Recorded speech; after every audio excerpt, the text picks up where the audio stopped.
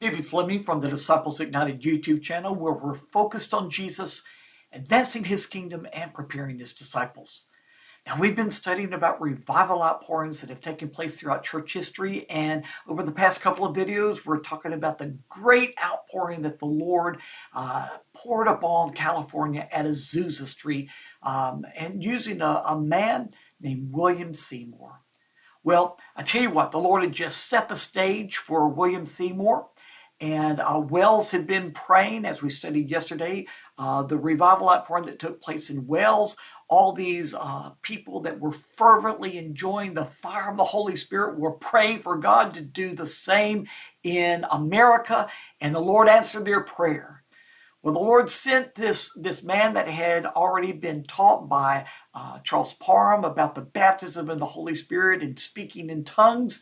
William Seymour took this Pentecostal message and arrived in Los Angeles, and he began to share the truth concerning the baptism in the Holy Spirit and speaking in tongues as the initial physical evidence. However, his message was not readily received at all. In fact, many people shut their doors and vehemently came against him. But eventually, a couple named the Asburys asked him to hold a prayer meeting in their home at North Bonnie Bray Street.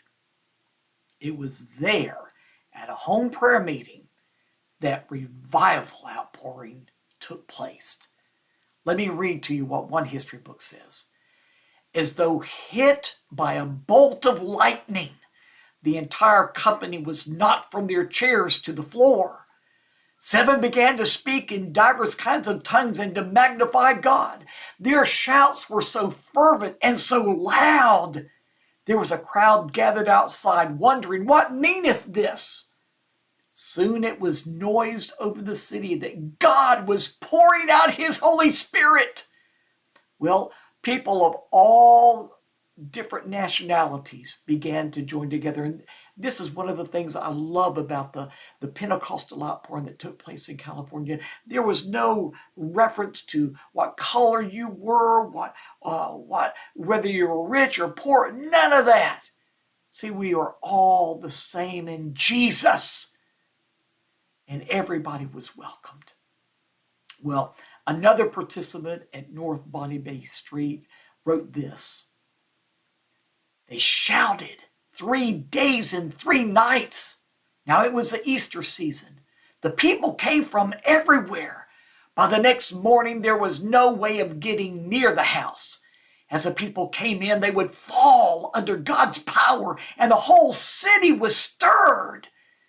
They shouted there until the foundation of the house gave way, but no one was hurt. Now, literally, that happened. The whole front of the house, the front porch and the covering of the porch literally gave way from the weight of the people that were trying to get into this little small house.